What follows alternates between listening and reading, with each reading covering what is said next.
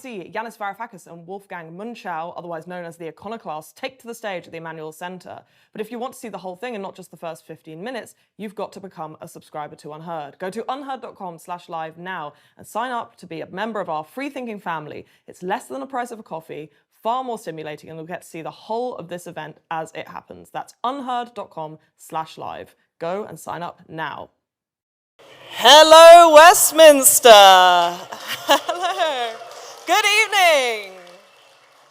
Thank you all for coming out tonight. I am going to be very brief up here before we get to the main event. I want to tell you a little story. Cast your mind back to the aftermath of the Oxy referendum of 2015, which rejected the EU's austerity program. Greece's then finance minister vowed to confine the technocrat troika to its Brussels lair. Meanwhile, from his lair in Brussels, a Financial Times columnist was warning those very same technocrats of the troubles he saw brewing ahead. A full decade on, the old world order has been entirely upended. And who would have guessed that that German and that Greek would have started a podcast of their own, and it would be a smash hit. United as comrades in podcasting, if not in politics, every week they smash the rotten consensus of mainstream economics. Tonight, in their first ever live recording, the Econoclasts will take us on a whistle-stop tour of everything you need to know about the heady moment we're in when it comes to the many spheres of power across the world. In 60 minutes, and we promise you that, we are going to cover the Middle East, Ukraine and Russia, China, and of course, where we are in Europe and Britain. And we're going to give them 15 minutes only for each sphere of influence.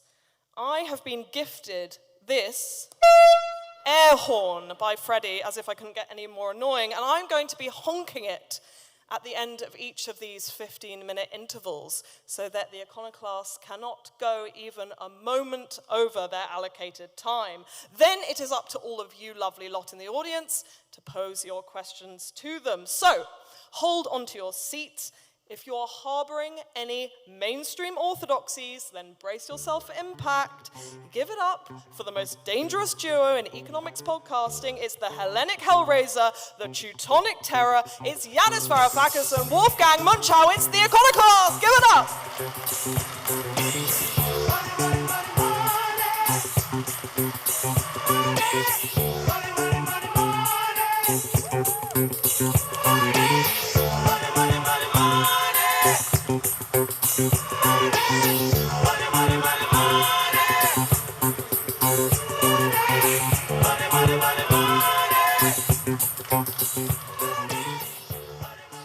Good evening, everyone. Thank you, Flo.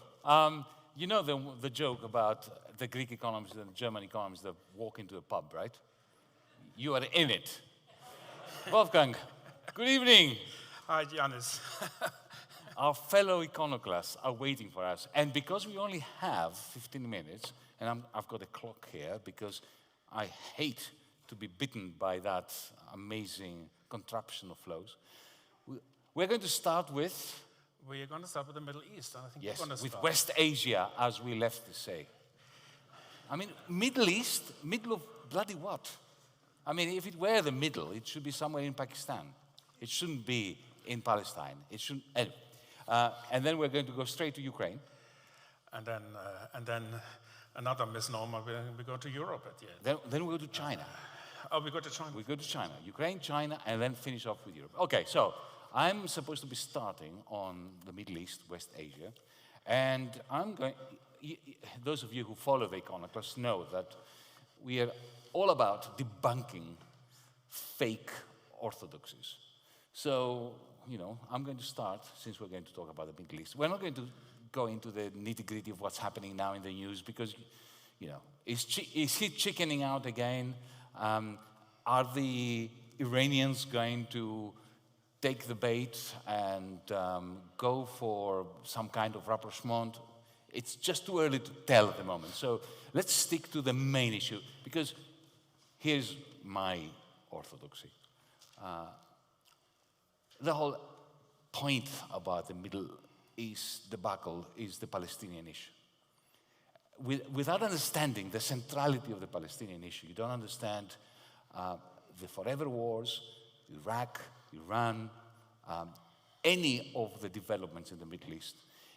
And it is important to, I think, grasp the fact that on the one hand, you have Israel, which is, since 1948, in the business of ethnically cleansing Palestinians in order to create a majority Jewish Israeli apartheid state. It is very clear that when you are embarking upon such a project, you actually need to have forever wars in order to cover up for the fact that the West Bank cannot be ethnically cleansed unless there is a lot of noise and a lot of destruction around it. And this is why Netanyahu, who is a very smart tactician, he's absolutely remarkable, in terms of his own agenda. For 30 years now, he has been pursuing the propagation of war in the region in order to concentrate on that which Ariel Sharon before him set up as the #1 priority, and which Netanyahu has taken over pursuing, which is the ethnic cleansing of the West Bank, the conversion of Gaza into an open prison, that's the Ariel Sharon line, in order to continue and to complete the project of taking over the West Bank, annexing it de jure, de facto, if not de jure. But look, the orthodoxy that I want to come to is that the wars that the United States and Israel have been persecuting in the Middle East have been about victory. Victory is something that every American president and every Israeli prime minister has craved. But victory is not the main purpose of these wars. The main purpose of these wars is that they are never ending, for very completely different reasons in terms of the United States on the one hand and Israel on the other. The United States, the political economy, the business model of the United States is predicated upon military Keynesianism. If you look at the manner in which, essentially the military-industrial complex is playing the role of industry policy in the United States since the late 1940s, early 1950s. It is not an accident that we went from the Korean War to the Vietnam War to the invasion of Iraq, of Afghanistan, and after many different conflicts, we are now coming to Iran. In 1991, the greatest threat to the macroeconomic stability of the United States was the end of the Cold War, because suddenly there was a real prospect of a serious reduction in military spending, which would have been a major challenge, a major cause of a diminution of the aggregate demand of the American macroeconomy. In my estimation, we can have this discussion, I'm sure that Wolfgang will disagree on that, some of you will disagree on that, the first invasion of Iraq, the first Gulf War, was the result of the panic that took over in Washington when the Soviet Union was no longer providing it with a great excuse for continuing the $1 trillion budget of the United States. Israel has a completely different reason. I'll explain what it is. It is not a macroeconomic reason. It is a reason that has to do with the ethnic cleansing of the West Bank. In this war in Iran now, for the first time we have a coalescence of two different reasons. One is an American one and the other is an Israeli one for a permanent war. The second orthodoxy, which is connected to the first one, absolutely intimately interwoven and intertwined, is that Israel is a strategic asset for the West. It is not. It is a strategic liability in the West. You heard, and this was a great coup by Freddie Sayers of UnHerd, the interview with Joe Kent the other day, Joe Kent was very clear. Joe Kent is not somebody that I have any kind of ideological or political affinity with, but he was very clear. He said, what are we doing? Meaning the Americans, the American government. Are we seriously saying that the reason why I attacked Iran was that if we didn't attack them, Israel would attack them, therefore we have to attack them as well? Is this legitimate for coming from a superpower as a strategic approach? And it wasn't just him, of course. We have the remarkable statement by a top US diplomat who, in the Financial Times, only 2 or 3 days ago, said that the United States have lost the global South. We can no longer convince the South Africans, the Malaysians, the Indonesians about the righteousness of our stand vis-à-vis Ukraine when we have been supporting the direct and insidious violation of every rule in the international rules-based order by Israel. The point, however, is, or actually I should put it differently, the question is, why is this happening? Now, of course, there is the Israeli lobby, which is particularly powerful. If you look at the fact, for instance, that 95% of elected members of Congress received, in one way or another, funding from the Israeli lobby. But I don't think that is the main explanation. The main explanation is, as always in history, that there is a convergence of many different factors that explain why the United States has become essentially hostage to Netanyahu's policies. And why, while it is a liability for the United States, it still has the capacity to drive American policy to the extent that it does. The first one is that on the one hand, you've got a whole alliance of anti-Jewish, anti-Semitic Zionists who are joining forces with Jewish Zionists. So, for instance, have you seen these photographs in the United States of demonstrations with the swastika and the Star of David? In the European Union, we see that every ultra-right movement that has had a history of horrible, insidious anti-Semitism, anti-Jewishness, take Meloni, who harks back to the Mussolini past, our Greek ultra-right that were so virulently anti-Semitic until very recently, they are rebranding themselves. They are getting rid of this odious smell of anti-Semitism by aligning themselves with radical, racist Zionism. Then there is the center-left and the center-right in your country, Wolfgang, that also has appropriated Zionism as an alternative nationalism, since nationalism in Germany after the Second World War became rather unfashionable. You have big tech. If you look at the way in which Microsoft, Google, but now primarily companies like Palantir are training their AI programs, which they are selling to the British National Health Service, to the British Financial Conduct Authority. They are training it on data in Gaza, because a lot of data is being generated in places where a densely populated area is being bombarded. The manner in which you have this new big tech military complex, which is spilling over into financial services, into surveillance, this now is a new military industrial complex which is impossible to separate between the United States and Israel. Israel has become very central to that.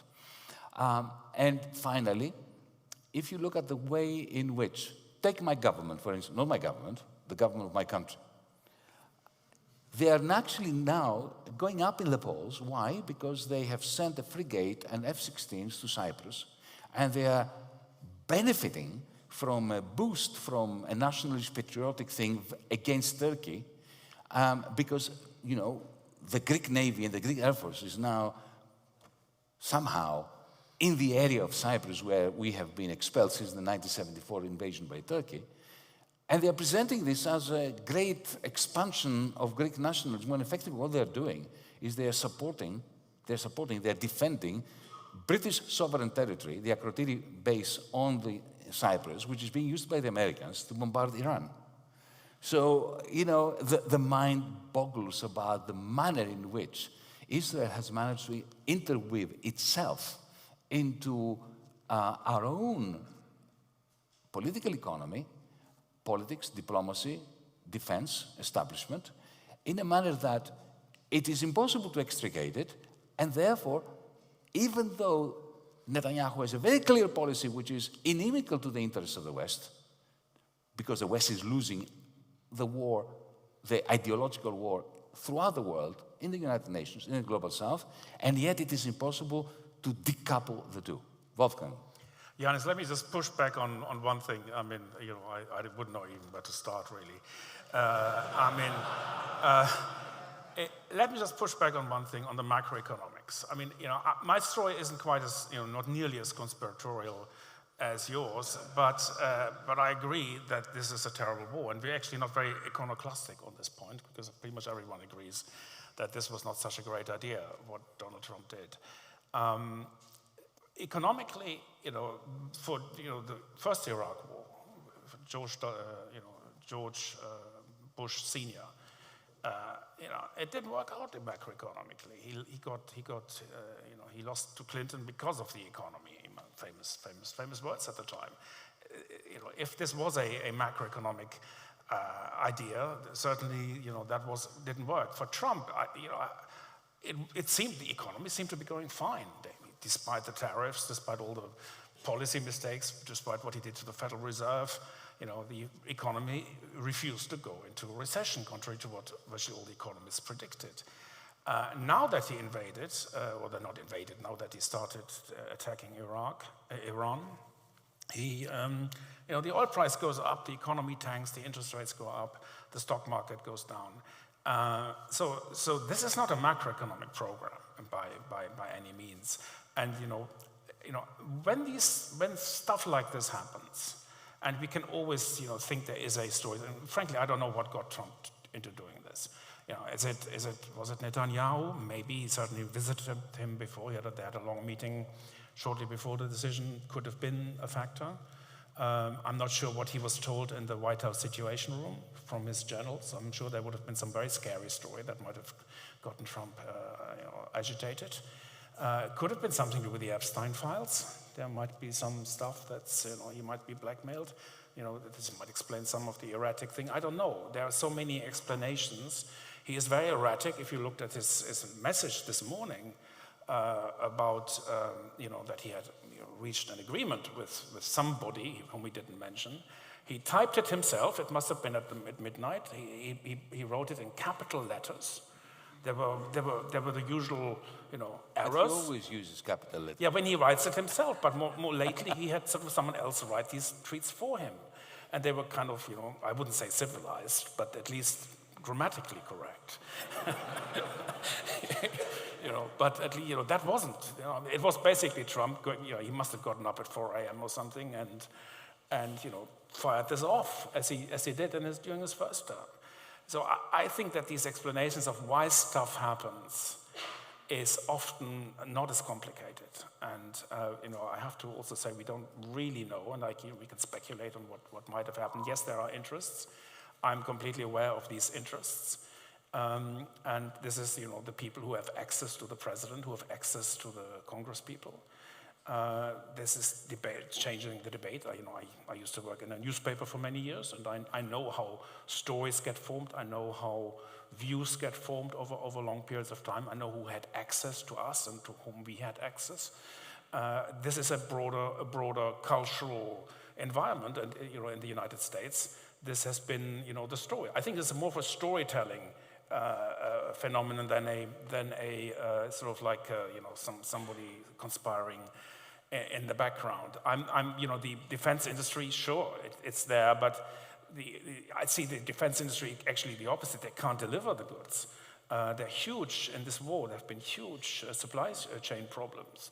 You probably heard about this radar system that the Iranians destroyed in Bahrain, which not only would it cost several $billion to repair, but it would take, the really shocking news, it would take between 5 to 8 years to do. So, because they haven't got the supplies.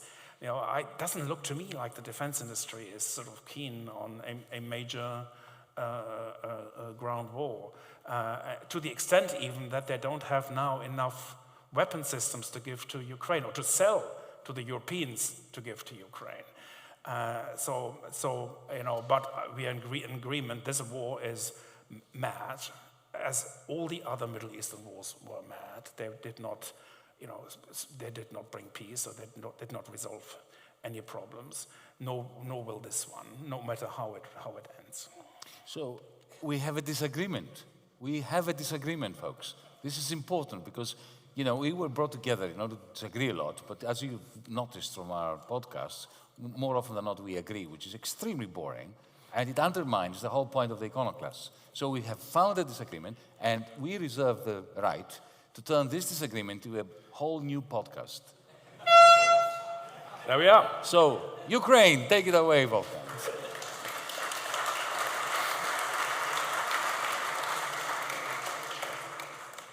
Okay, let me talk about the war in Ukraine, which is now in its 4th year. It's been 4 years, or it's actually in its 5th year now. And the two sides are currently in negotiations. There is a possibility that America will, at some point, maybe in May after this Iran war is over, you know, impose a peace deal. Trump may impose his own peace agreement. There is a chance that it may not be accepted either by Putin or by Zelensky. And so the question for us here in the UK and in Europe is, should we leave the decision alone with Zelensky? Should we put pressure on him? Should put Trump pressure on Putin? Should we, you know, what is sort of our diplomacy towards this war? European policy is we let Ukraine make the decision. We support Ukraine for however long it takes.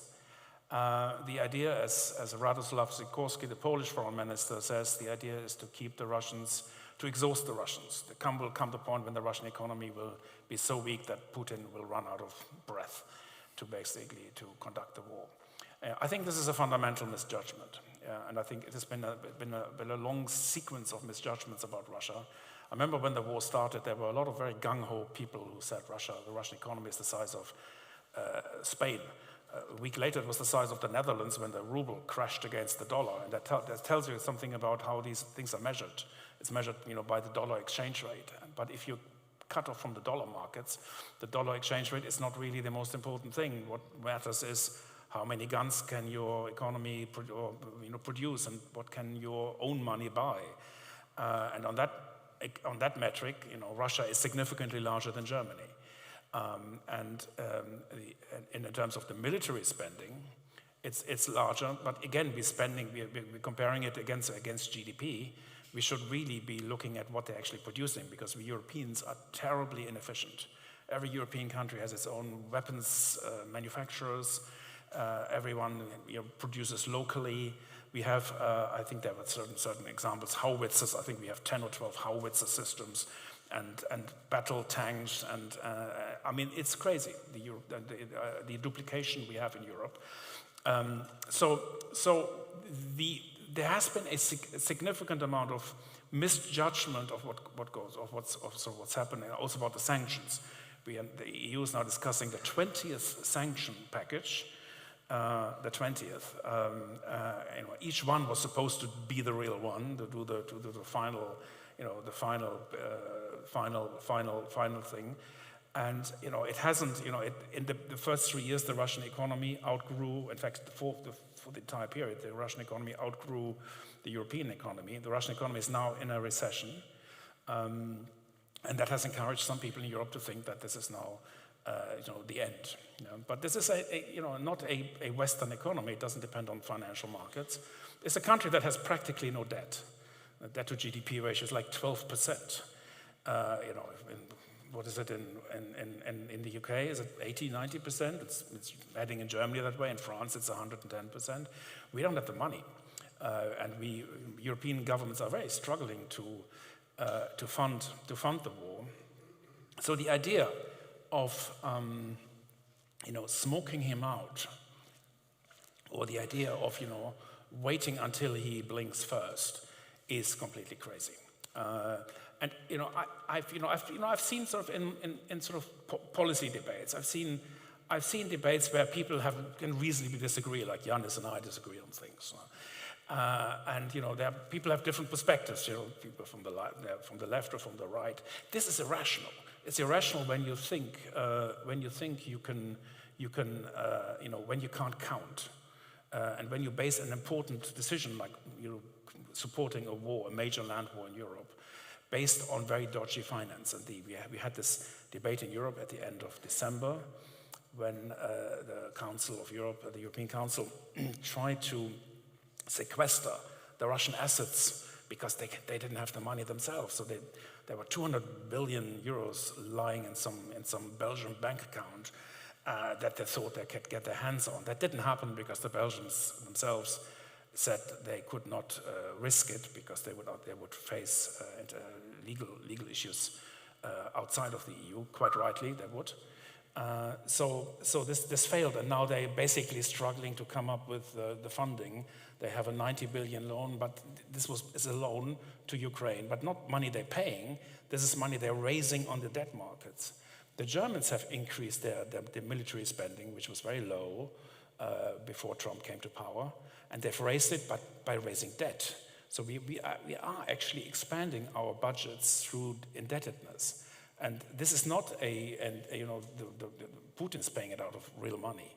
He's not raising that. So, if you basically play this game, it's the bond markets alone, the bond market, famous bond market vigilantes, are gonna get you first before Putin does even.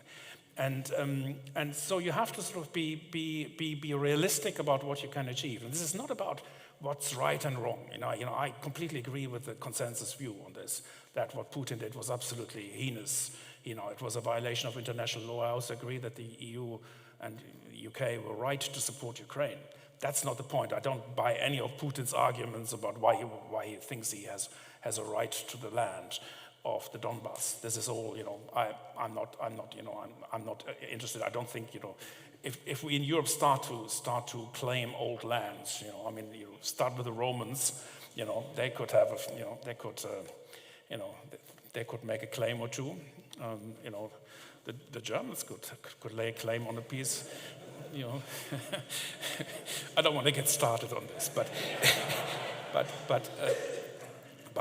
it's not a good idea. Let's just say it this way: that we basically start to using some historic, borders that we've had at some point as in defense on some land.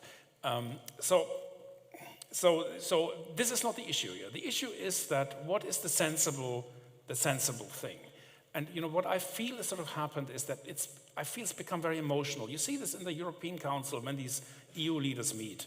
Then Zelensky gets sort of beamed in. Usually he's always taking part in their meetings. And then there's applause, and when he comes personally, they embrace him. It is sort of a camaraderie that's opened up, and it's sort of like a bunker mentality that's playing out in Brussels.